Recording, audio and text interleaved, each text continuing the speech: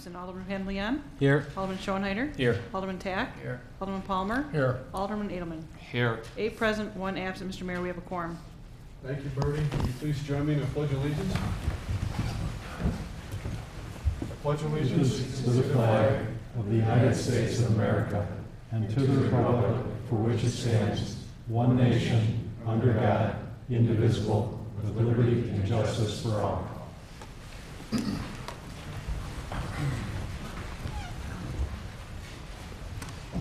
Our first order of business this evening is reports of city officers. And the first being, I'm pleased to announce, the first is a promotion of police officer Mike Lange to sergeant. This will be presented by our police chief, Jim Held. Jim? Thanks, Mark. Tara, you want to step up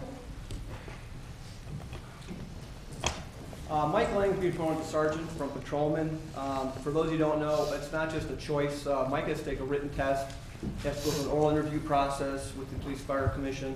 There's the chief assessments, and then everybody's ranked, and then the list is made. So it's not just a matter of he just gets picked out of the crowd. It's work to become a sergeant.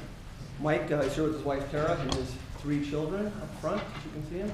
His father's here and other relatives. Mike has been with Lake Forest for 8 years. He came to us from the Wisconsin Department of Corrections. He has a master's degree and is an adjunct professor of criminal justice at Carthage College. He's worked for us as a field training officer, which is probably one of the most important jobs we have in our department, because when a new officer comes out of the academy, the field training officers are the ones who shape them and mold them to what we expect them to be in Lake Forest. It's a very, very important job. He's also one of our best evidence technicians. An evidence technician, it's like the CSI thing. They're the guys that go out and find the evidence, bag it, and do all the fun little detailed work at a crime scene. He's also one of our firearms instructors. So when Mike came to us, we couldn't let him go down to Halisall because we thought they might sign him to a contract, so we kind of had to put him away there. So Mike, congratulations. Thank you, sir.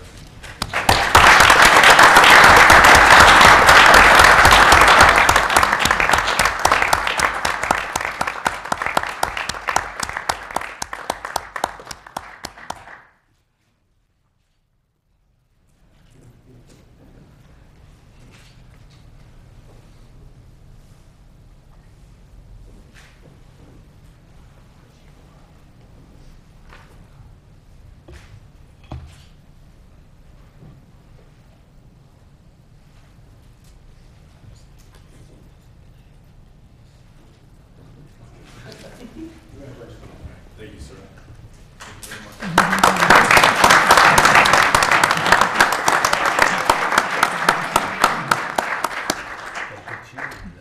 Congratulations, Mike. I guess now I can call you Sergeant Mike Lange. And Chief, again, I want to thank you for bringing your officers and staff forward. I know we started this year, and I think it's a great idea to have the public and the families here to recognize the officers and their promotions. So, again, congratulations. Next quick comment I'd like to make this evening is, again, remember tomorrow to get out and vote if you haven't voted already. We've had quite a success here at the early voting. We've had over 5,300 folks come to City Hall in the last week to vote on early voting alone. So if that's any indication of what it'll be like tomorrow, I assume it'll be fairly busy here and all the other polling districts around the city. But as they say in Chicago, although we're not Chicago, vote early and vote often. Yeah. This concludes my comments this evening. Bob, you're next. Thank you, Mr. Mayor and members of the council. You know, it's interesting. I thought Jim Held was a big guy. He's nothing compared to Mike Lange, is he? I like that, Chief. We're gonna, the bigger the better on our force, okay? I feel much safer. They grow big in Wisconsin.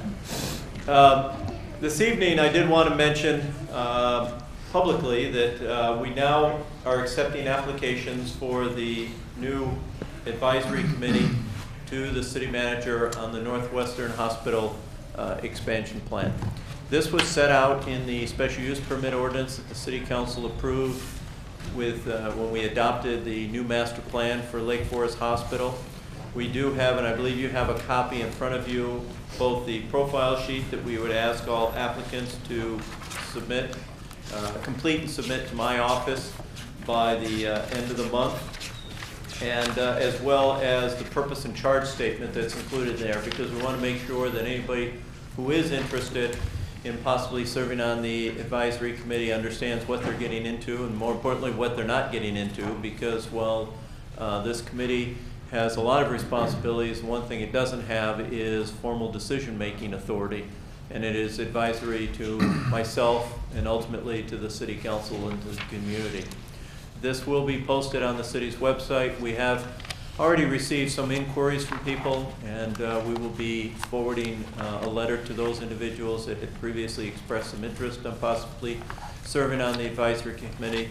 If you know of anybody, I would encourage you to please get a copy of this to them, or have them go on our website and fill it out and try and get it back to me as soon as they possibly can, because my hope is that at the December 5th City Council meeting that I will be able to announce who the members of the committee are, and then we would look to have the first meeting of this new committee right after the first of the year as they get started. So again, I'd be happy to answer any questions. I think it's fairly self-explanatory. This was discussed in great detail during the public hearing of the Plan Commission and also at the City Council meeting. And I think that this committee is going to add an awful lot to advising and challenging the staff and the hospital representatives to come up with a world-class facility that we're very proud of for generations to come. With that, I'll be happy to answer any questions that anyone might have regarding the advisory committee or the materials attached. Bob, and just, I guess for the public's edification, you're looking for how many members and how long do you think that they'll be serving on this committee? That's a good question. I wasn't going to say that publicly because it might scare some people off. But we're looking between 7 and 9 people. I think in the ordinance itself there was 6 to 8 specific skill sets that were asked for. So it'll be somewhere between 7 and 9. Can't be more than 9 because that's as many chairs as we have up there. In terms of time, I think the bulk of the time is going to be the first year as the hospital is developing their initial plans to bring back to the city for the new campus. But keep in mind that a very important part of it is then the reuse of the existing campus. And so I would like to see, if anybody's interested, that they're possibly in it for up to 3 years or possibly a little longer, because I think there's going to be a lot of work in the first year, and then I think there will be a lag period of time while they get all their permits and while the actual construction begins on the first phase, but then it won't be that long afterwards that I think we'll be talking about the reuse of the second phase. Okay. So if they have names, contact you. You can let me know. You can give them this, ask them to please drop it off if they have just indicated interest, or even if you think they might be interested, my office is happy to drop a letter to them. Okay, thank you. The second item I would just mention too is Susan Kelsey has been working closely with the Merchants of Market Square and Broadacre Management, Chuck Helander, and a few others about getting out a Christmas holiday brochure.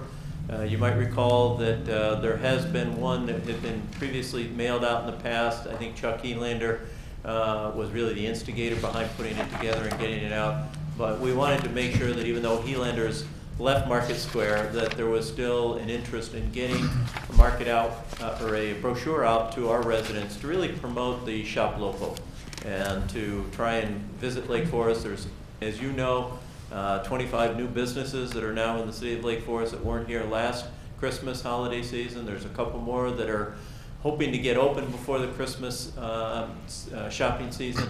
And so we really want to try and encourage people to come downtown, visit those stores, see if they can pick up a few things for their loved ones and family members for the holidays. So that should be hitting the homes probably within the next week to 10 days. And that completes my report for this evening. Thank you, Bob. Our next item on the agenda this evening is comments by council members, and the first being the Finance Committee report. Alderman Pandaleon. Thank you, Mr. Mayor. First, I think there are two things here. So the first one is the report of the Audit Committee for fiscal year 2012, the annual financial report that will be presented by Audit Committee Chairman Michelle Marino.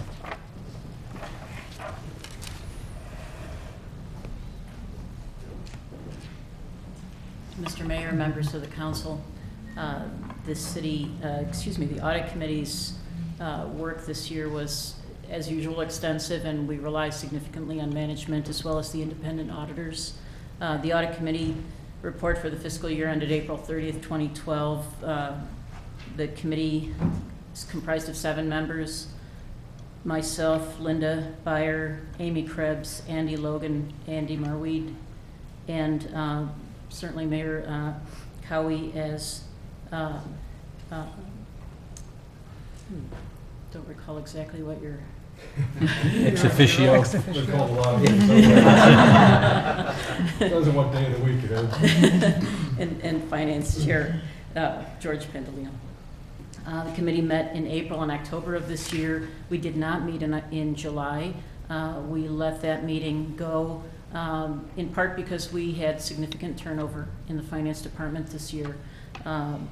We felt that our work would be better served by picking up again in October, which is always a heavy meeting for us because we review the consolidated comprehensive financial statements. Our review of the statements also includes review of the committees. This year we reviewed the Lake Forest Lake Bluff Senior Citizen Foundation and the Lake Forest Croya Foundation. We found those statements to be acceptable and financially stable, and we continue with our ongoing cycle of review of all the committees and their finances and activities. The auditors are McGladrey LLP. The committee finds their work to be acceptable and appropriate to the city's needs, conducted independently and together with management, looking at all the policies and procedures and checks and balances that the city effects in reviewing financial numbers as well as statements overall. The audit opinion is again unqualified. It's clean, without material concerns, and meeting all government accounting standards. The government-wide financial statements are summarized on pages 16 and 17 of the comprehensive financial statements. This is an accrual basis of accounting. Net assets of the city increased by 0.5 million, from 272.1 million to 272.6 million. Capital assets of governmental entities, that is the roads, bridges, et cetera, increased by totaled 229 million. Business type activities, which is the water, lines, sewers, et cetera, totaled 59 million. And the sum of those is the 272.6. Fund financial statements, the government funds are detailed on pages 18 to 21. This is a modified accrual basis of accounting. It includes both major and non-major funds, major funds being the general fund and Parks and Rec, and non-major funds being the remainder. Budgetary schedules on page 63. This includes the general fund. Fund balance increased by 1.5 million. This is due to revenues exceeding expenses for the year. Expenditures for the year. Revenues were more than budgeted. Expenses were under budget. So we really laud the city management for a very well-run year, in our view, especially in light of current economic conditions. The management discussion and analysis is on page 3. Transmittal letter is in the introductory section. The statistical section begins in the separate tab on page 130 and very detailed, along with the notes to the financial statements. The statements are available on the city's website, www.cityoflakeforest.com. Management letter does include 3 comments in total. We believe that these comments are frankly related to turnover.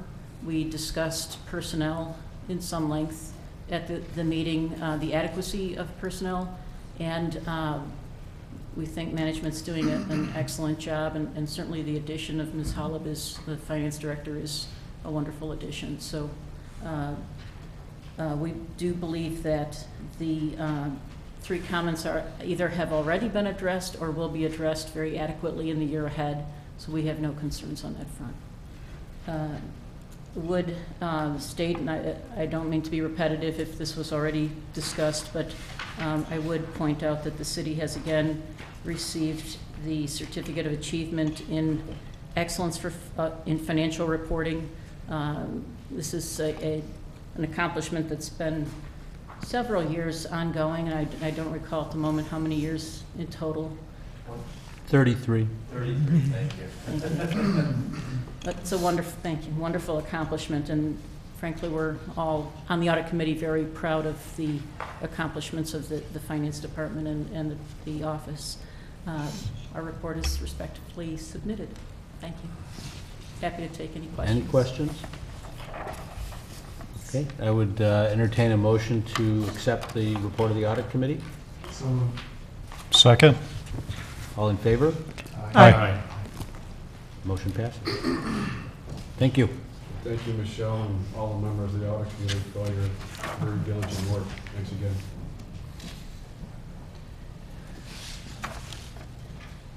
The next item on the Finance Committee agenda is approval, or the Finance Committee's portion of the agenda, is the approval of an estimate of the amount of revenue to be generated from property taxes for the 2013 calendar year in accordance with the Truth in Taxation statute and establishment of the public hearing date for the 2012 tax levy. This is being presented by Elizabeth Holub, Finance Director.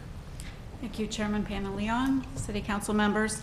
As discussed in detail at the Committee of the Whole meeting this evening, this item begins and initiates the 2012 tax levy process. It is approval of an estimate. It is a non-binding action by the City Council, but is required under state statute a minimum of 20 days prior to the adoption of the tax levy ordinance to approve an estimate of both the aggregate levy and debt service levy estimate to determine whether or not the required public hearing and public notice in accordance with the Truth in Taxation law is required if the estimated tax levy is more than 5% over the estimate, over the taxes levied in the prior year. As provided in the write-up, the aggregate levy estimate for 2012 is an estimated 5.44% increase over the extended levy in 2011. The debt service levy component is an estimated decrease compared to the prior year, and the total levy, which is the two levies combined, is an estimated increase of 4.90% increase over the prior year. Under Truth in Taxation, the two cannot be combined when complying with Truth in Taxation, so the aggregate levy increase of 5.44% prevails in complying with Truth in Taxation and would require the public notice and public hearing. The 5.44% increase is comprised of three components. It includes a 3% increase in compliance with the property tax cap that is applicable for communities that comply with the property tax extension limitation law for 2012 levies. 2.2% of that increase relates to the TIF district that comes online next year because of the Westlake Forest TIF district that expires at the end of 2012. So that is assessed valuation that has not been included in the city's tax rolls for 23 years, and because of the expiration now comes onto the tax rolls for the first year. It does not affect the tax bills of an average homeowner, but does affect the total tax levy for the city. And 0.24% of the increase is due to new construction as estimated by the Lake County Assessor's Office.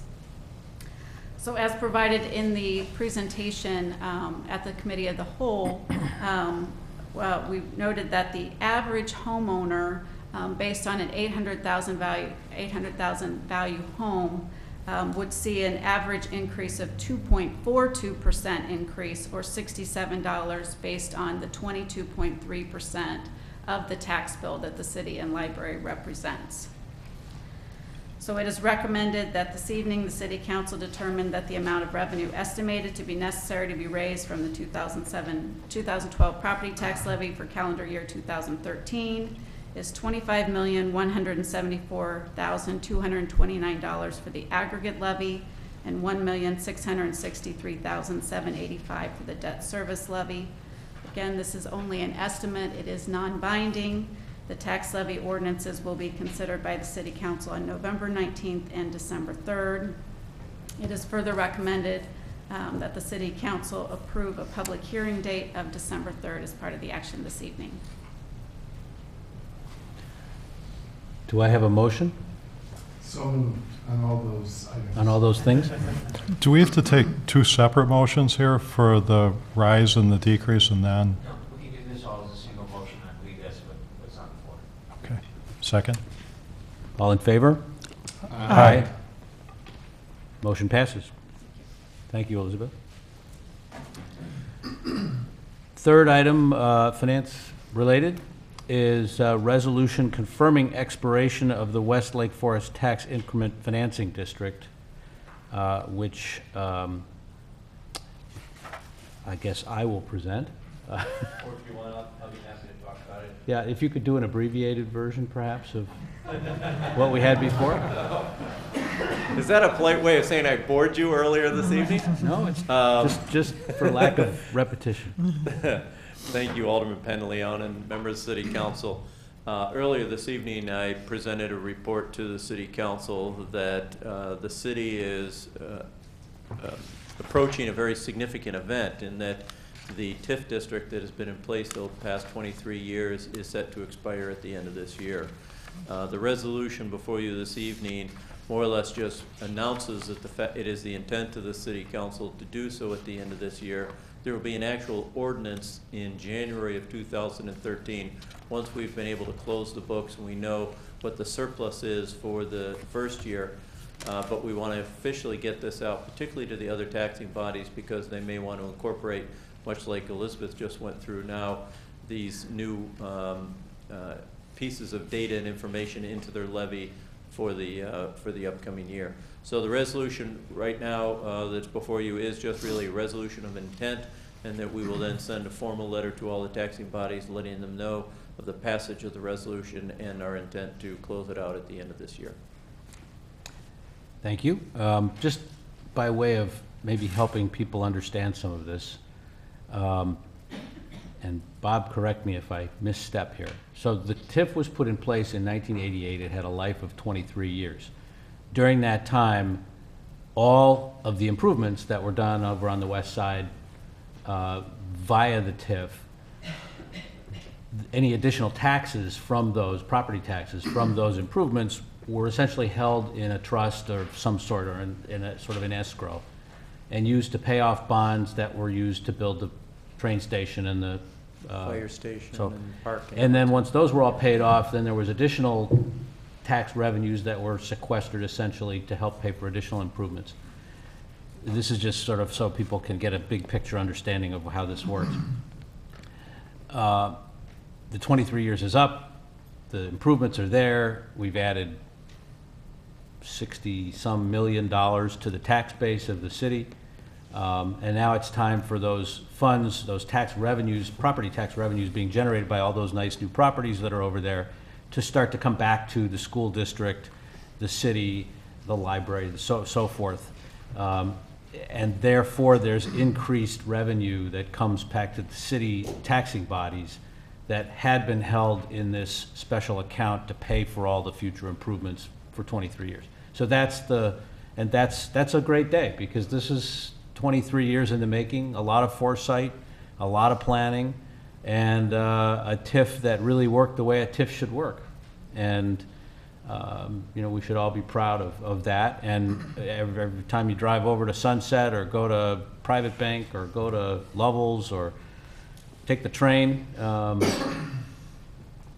those are all the improvements that were not there. And I moved in here, I moved into Lake Forest in 1989, and I can assure you none of that stuff was there. Sunset, I think it took about 5 minutes for the old Sunset building to be blown over. It's really dramatic what's happened over there. So, but I thought it's very hard to understand all this, and so hopefully this was somewhat instructive for people that find all this arcane language difficult to follow. So the recommended action would be the adoption of a resolution confirming the expiration of the West Lake Forest TIF district effective December 31st, 2012. Do I have a motion? And I'll move for the adoption of the resolution of the TIF district.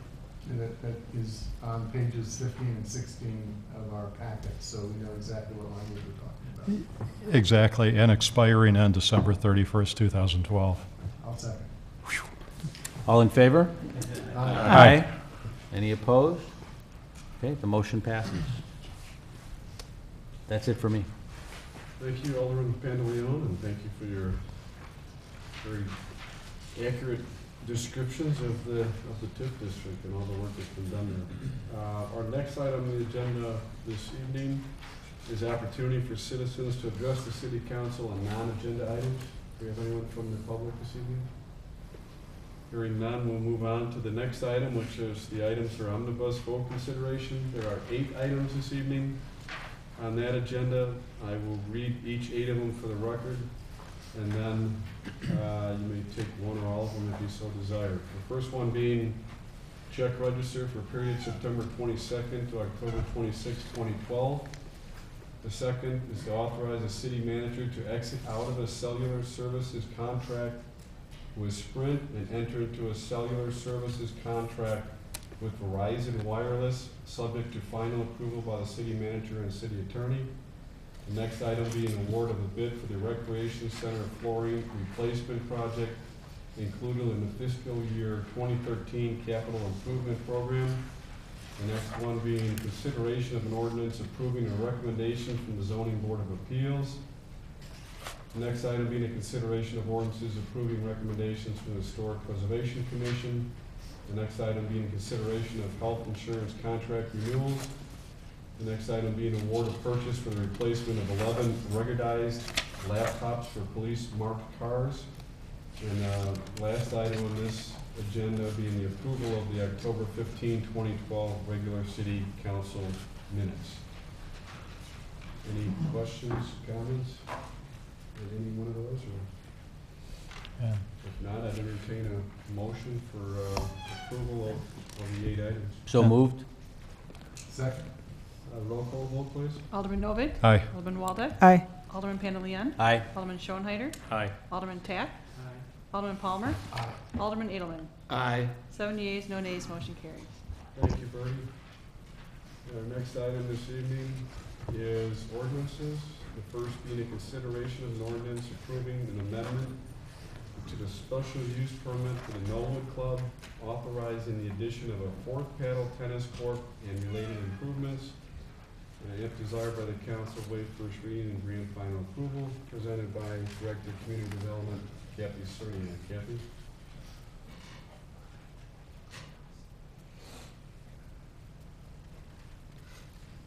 See, if you had your fancy new podium, Yeah. it would all be done. It's a perfect example of, I think she's doing it intentionally. do we need 3D glasses to see this? I can't wait for the new podium. Thank you, Mr. Mayor, members of the council. This is a request that comes to you with the unanimous recommendation from the Zoning Board of Appeals. This is a request for an amendment to a special use permit that currently exists for the Knollwood Club.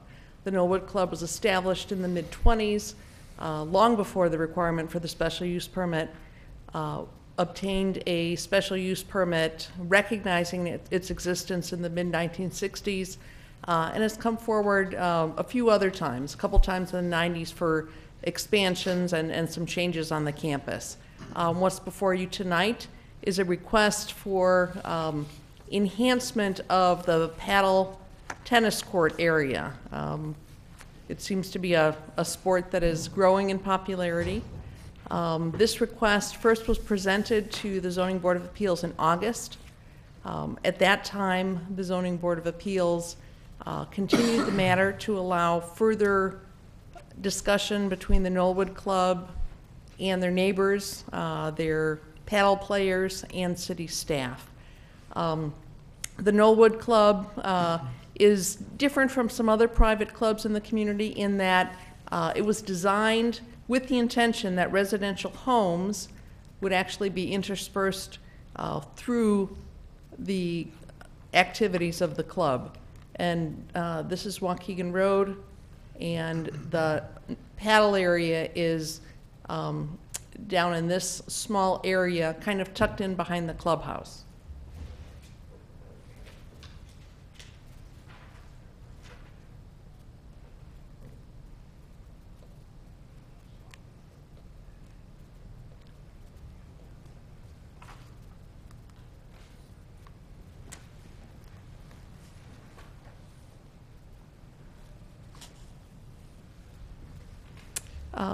Just to look a little closer, the actual 3 paddle courts are located in this area.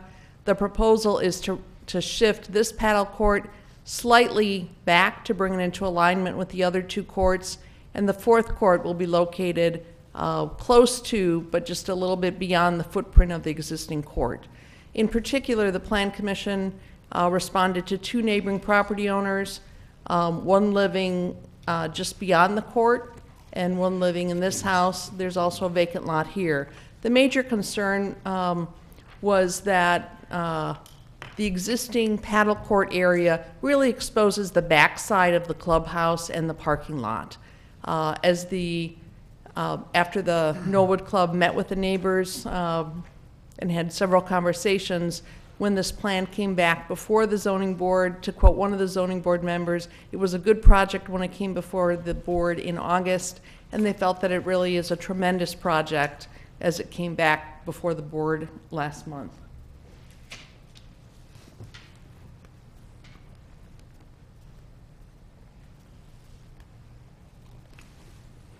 The reason they felt that the project was so much improved is because not only is this 4th paddle court added to facilitate play and ideally allow play to end earlier in the evening, but there was also a shift in the parking lot, pulling it away from Knollwood Lane. In the earlier photo, the air photo, these parking spaces come right up to this area.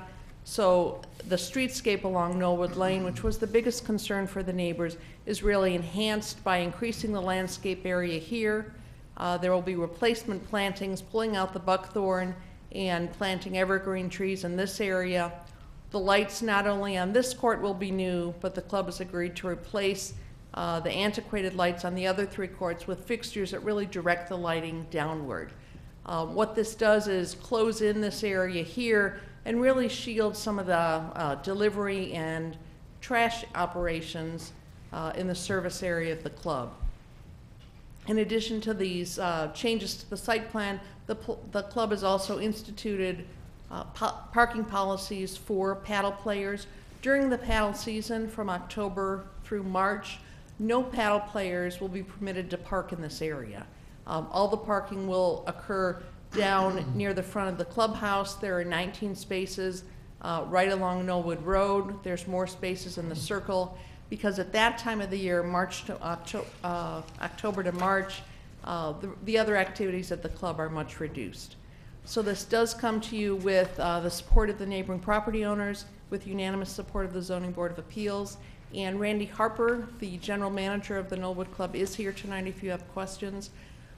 If you choose to do so, it would be appropriate to waive first reading tonight and grant final approval. I would be happy to answer any questions. Any questions for Kathy? Do you know the homes that are in Knollwood, are all the homeowners necessarily members of the Knollwood Club, or no? No. Okay. The majority of them? Do you know what? Majority of property owners? Half. Okay. Any other questions for Kathy? I have one for Mr. Harper, is it? Yes. Come on up to the podium.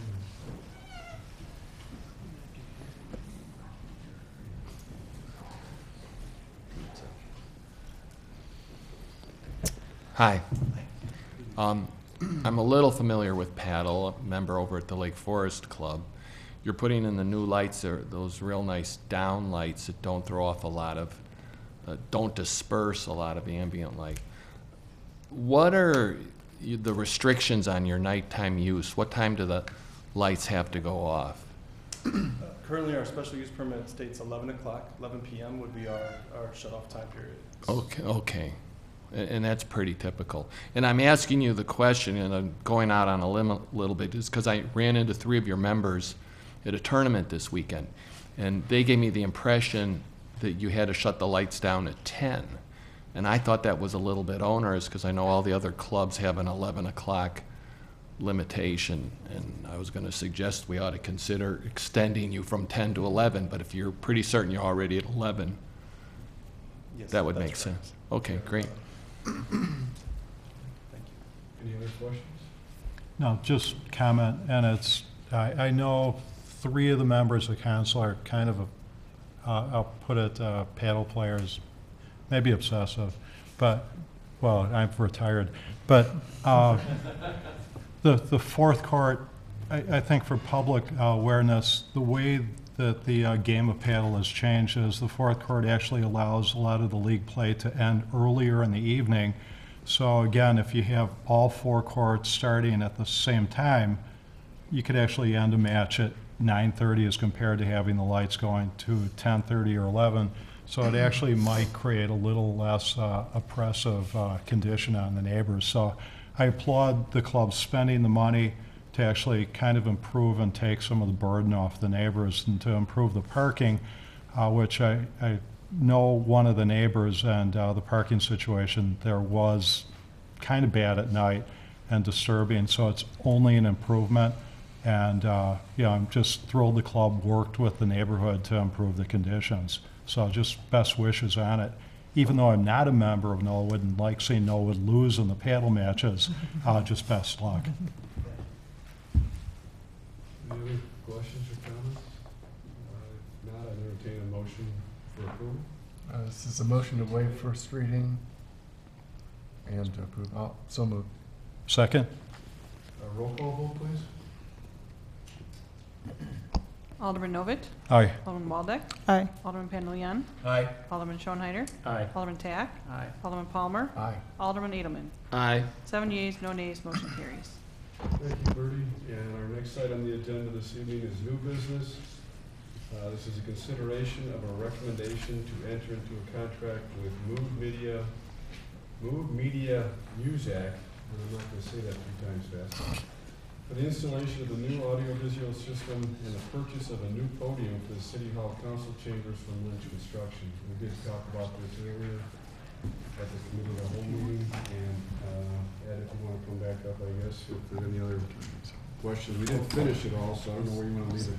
Well, I guess the only question, and in between the 2 meetings, Kathy and I had a quick conversation. Obviously, with the configuration of this room, you are limited in terms of where you can put the screen.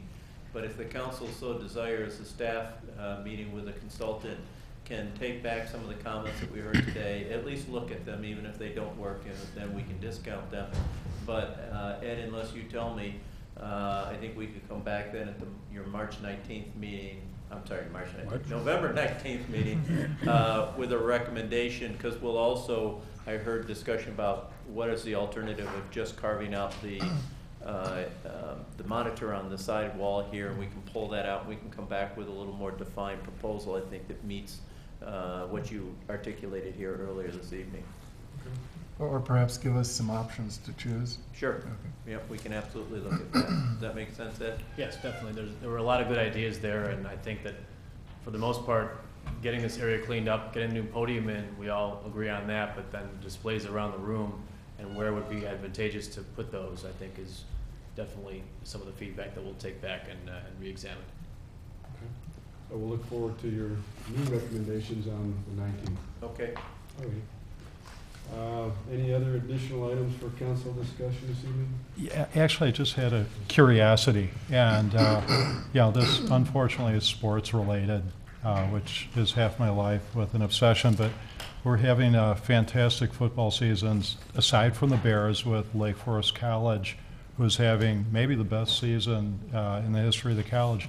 Lake Forest High School, their season continues, so it's a little early to congratulate them. But is there going to be any special recognition for the girls' high school tennis team and the field hockey team? Because they just had great seasons this year. and I'd hate to not see them get recognized by council. Well, we can certainly put them on the agenda. We've done it in the past, and there's no reason we can't coordinate that with Ann shaking her head in the back of the room, so we'll Yeah. work with the high school and do that. I think we can also ask maybe the superintendent to come back now that all the commotion is over with respect to the contract, and we can actually come back and have him properly introduced to you and to the community. Yeah, I think it's a good idea. That'd be great. Good suggestion. Thanks. Any other items this evening for discussion? Yes? Yeah, just briefly, want to comment on a positive experience. That is, a constituent called me about a sidewalk that had settled by the bridge over the West Branch, right near the West High School campus. So I stopped out there, took a look, and sure enough, one panel had slipped about 2 inches on the south side of the bridge, and another panel was down about 3 inches on the north side of the bridge. I'm thinking, oh my gosh, somebody could get flipped off their bike out onto Waukegan Road or down into the drainage ditch. So I contacted the city, and they sure make me look good. Dan Martin hopped right on it, emailed me, told me he found 9 panels near the bridge that they were going to replace. And I got back to my constituent, who also then got a little greedy and pointed out, well, north of Route 60 by the church, it's really bad. And I passed that to Dan Martin, and he says, oh, we found 21 panels over there. And I would say no more than 3 weeks lapsed from the time this all was initiated until they were pouring concrete. And I've got some happy people in the 4th Ward because of it. So I thank you guys. Well, thank you. And Dan's in the back of the room, so Dan, thank you for your diligent work. You make the Alderman look good. That's not a bad gig. So. No, because when things don't work out, we blame you.